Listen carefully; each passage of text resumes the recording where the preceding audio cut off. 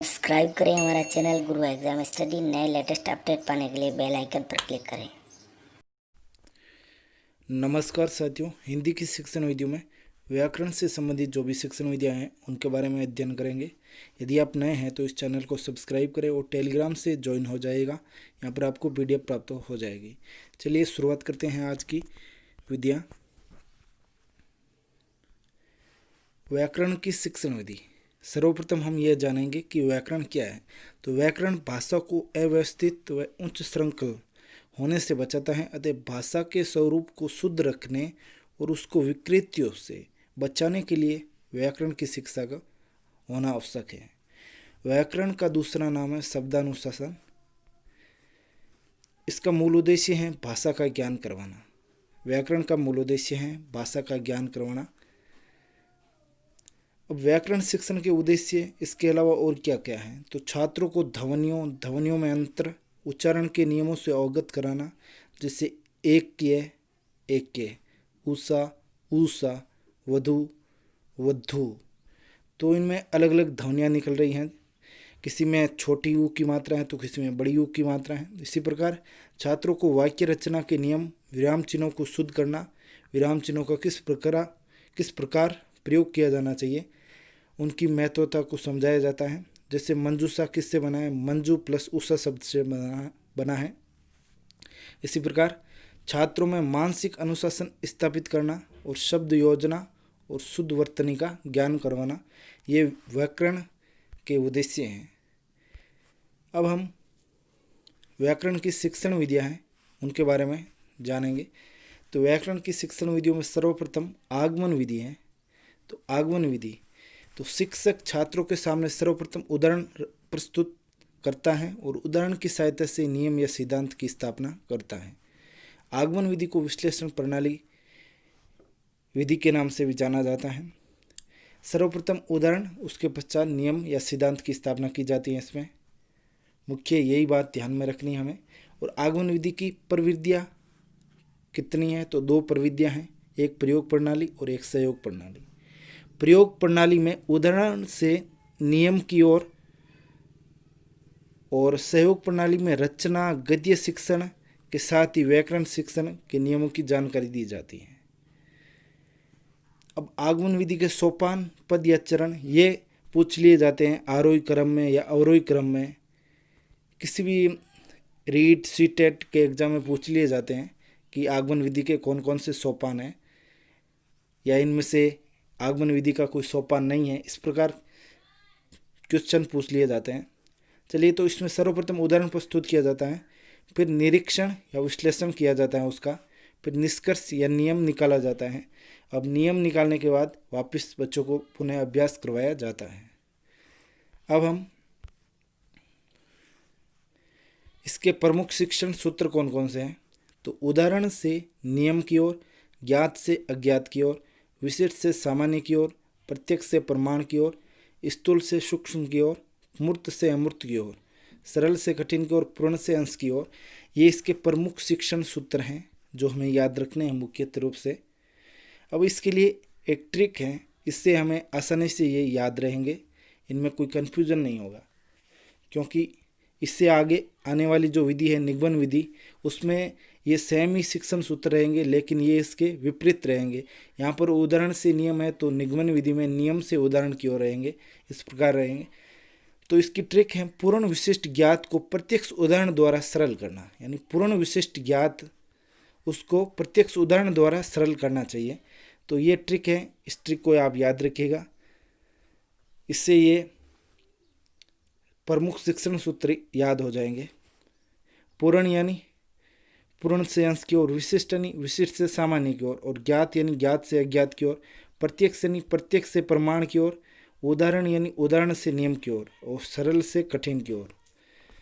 तो इस प्रकार हमें ये याद रखने हैं।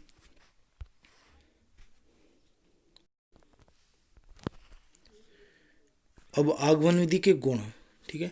तो ये आगमन विधि खोज के सिद्धांत पर कार्य करती हैं और उदाहरण दिए जाने पर बच्चों में ज्ञान स्थायी रूप से आ जाता है, ज्ञान स्थायी, सरस व रुचिकर होता है।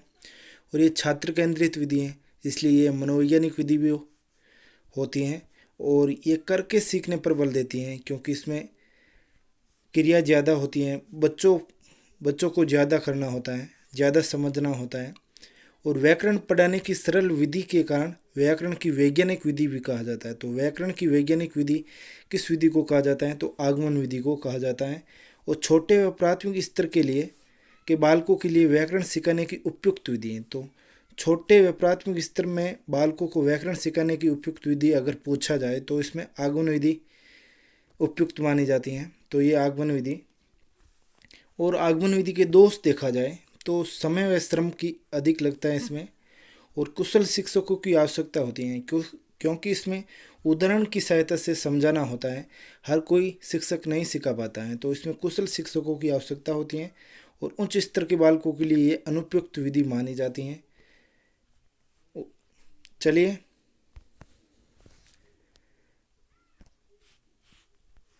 यदि आप नए हैं तो इस चैनल को सब्सक्राइब ज़रूर करें और शेयर भी कीजिए, और अगर आपको पसंद आए तो इस वीडियो को लाइक भी ज़रूर करें। अब नेक्स्ट सेकंड नंबर विधि है निगमन विधि। निगमन विधि में नियम से उदाहरण की ओर इसे संश्लेषण प्रणाली भी कहते हैं। आगमन विधि में उदाहरण से नियम की ओर थे। इसमें सर्वप्रथम नियम दिया जाता है, फिर उदाहरण बताए जाते हैं। इसके सोपान, पद या चरण ये भी 4 हैं। नियम स्पष्टीकरण या विश्लेषण सर्वप्रथम होता है, फिर नियम बोधन होता है, फिर नियम परीक्षण होता है, और सत्यापन पुष्टि अंतिम में होता है। यह अंतिम सोपान है।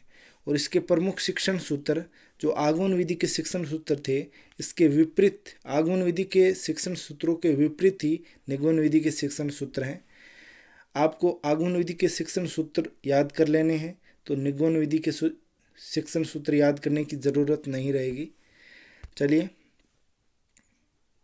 अब इस निगमन विधि के गुण कौन कौन से हैं? तो यह विधि व्याकरण की प्राचीनतम व परंपरागत विधि मानी जाती है। व्याकरण की प्राचीनतम व परंपरागत विधि मानी जाती हैं, और ये रटने के सिद्धांत पर कार्य करती हैं। और सूत्र या सिद्धांत प्रणाली के नाम से भी इसे जाना जाता है, क्योंकि ये नियम सर्वप्रथम दिया जाता है, फिर उदाहरण दिया जाता है। तो इसमें नियम को प्राथमिकता होती है, इसलिए सूत्र या सिद्धांत प्रणाली के नाम से भी जाना जाता है। और ये उच्च स्तर के लिए उपयोगी है, प्राथमिक स्तर के लिए उपयोगी नहीं है विधि। और इस विधि से निगमन विधि से पाठ्यक्रम समय पर समाप्त हो जाता है, ये एक गुण इसका अच्छा है।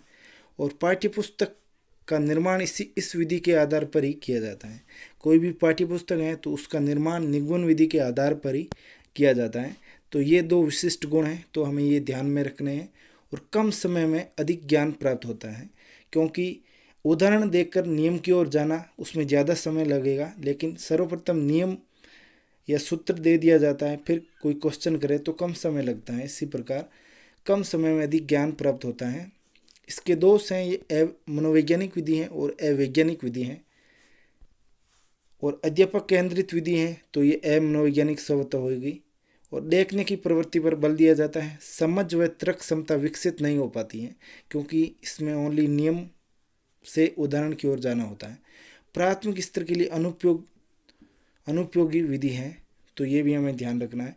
तो गुण व दोष दोनों ही ध्यान में रखने हैं अच्छी तरह से अपन को। अब 3 नंबर पर जो विधि आ रही हैं वो आगमन निगमन, यानी आगमन निगमन दोनों के नाम से ये विधि है, जो व्याकरण की सर्वश्रेष्ठ विधि के नाम से जानी जाती है। इसमें अब 2 क्वेश्चन बन रहे हैं, व्याकरण की सर्वश्रेष्ठ विधि कौन सी है? अगर आगमन निगमन विधि ये दोनों विधियों का नाम साथ में देकर पूछ लिया जाए ये क्वेश्चन, तो हमें ये आगमन निगमन विधि करना है।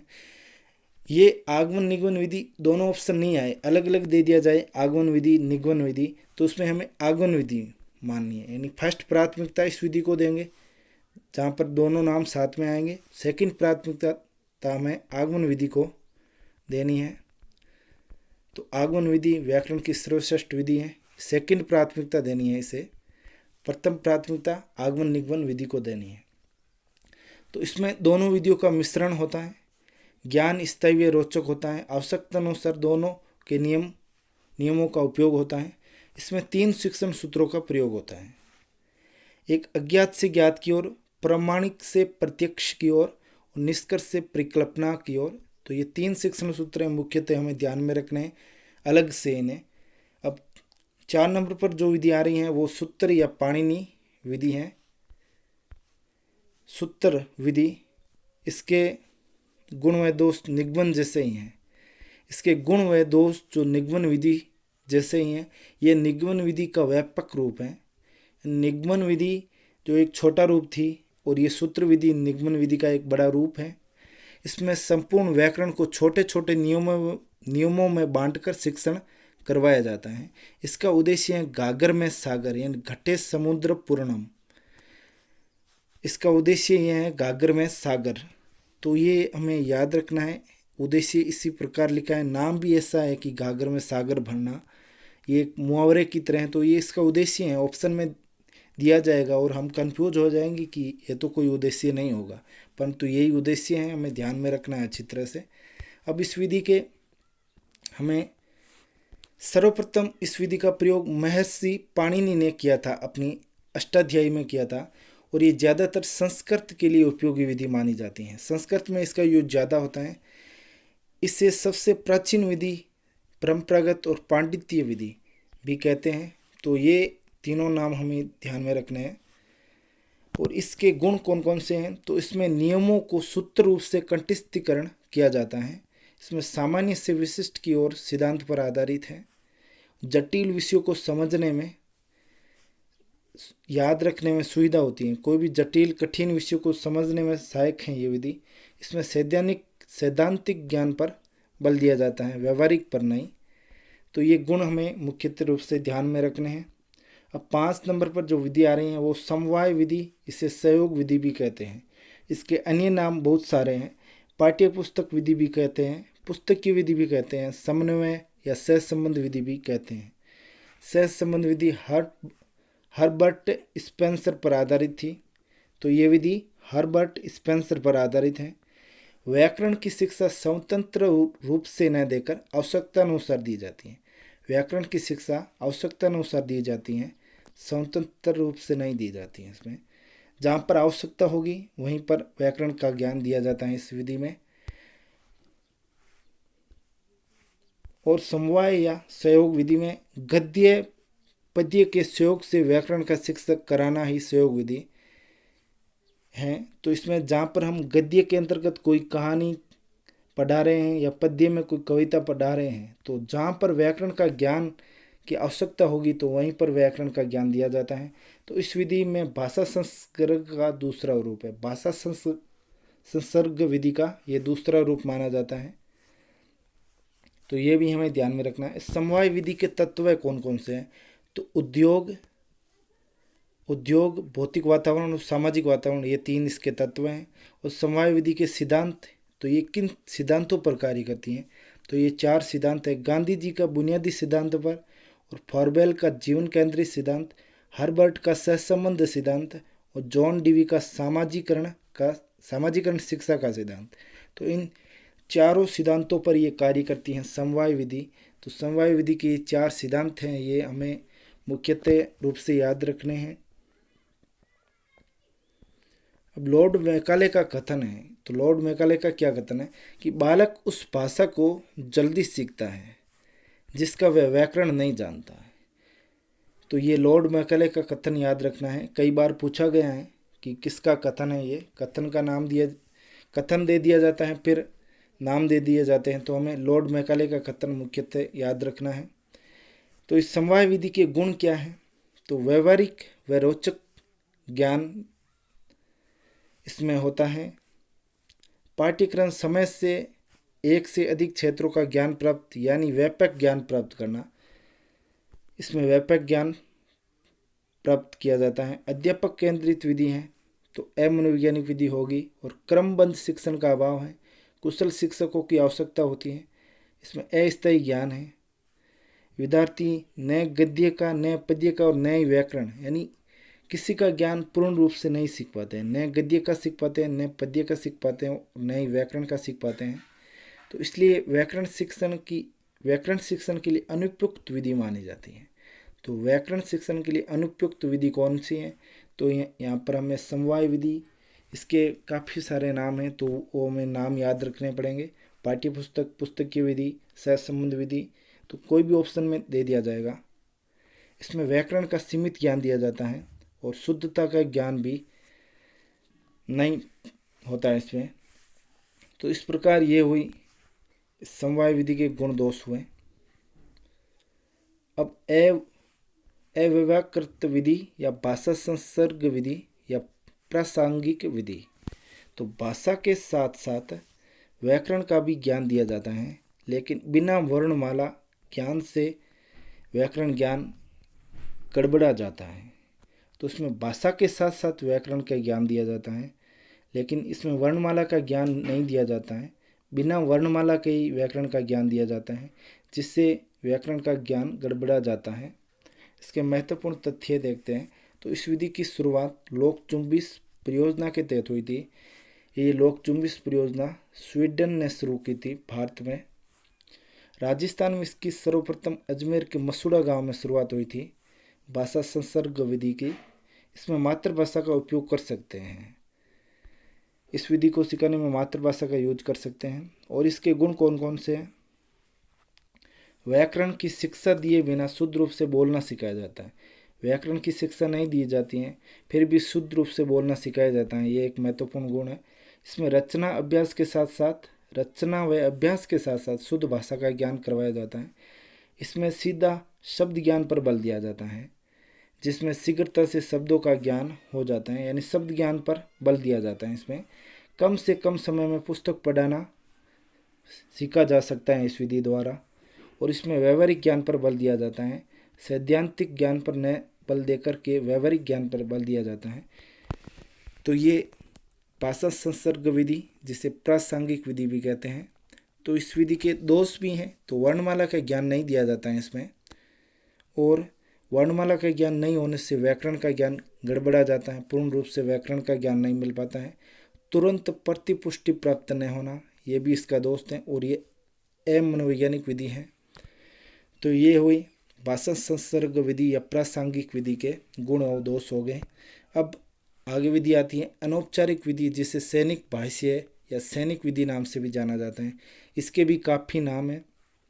भाषा वैज्ञानिक विधि, संगठना विधि, अनुकरण विधि या परिस्मरण विधि, काफ़ी सारे नाम हैं। तो ये हमें ध्यान में रखने हैं।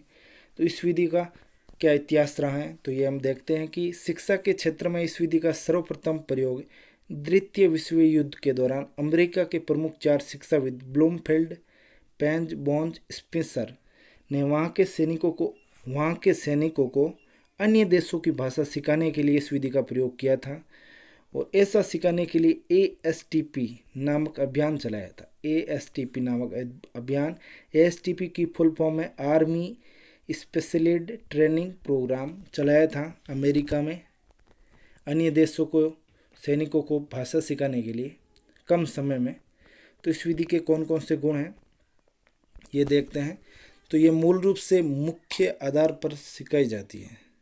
मुख्य आधार पर सिखाई जाती हैं। इसमें व्याकरण का कोई औपचारिक के अध्यापन नहीं है।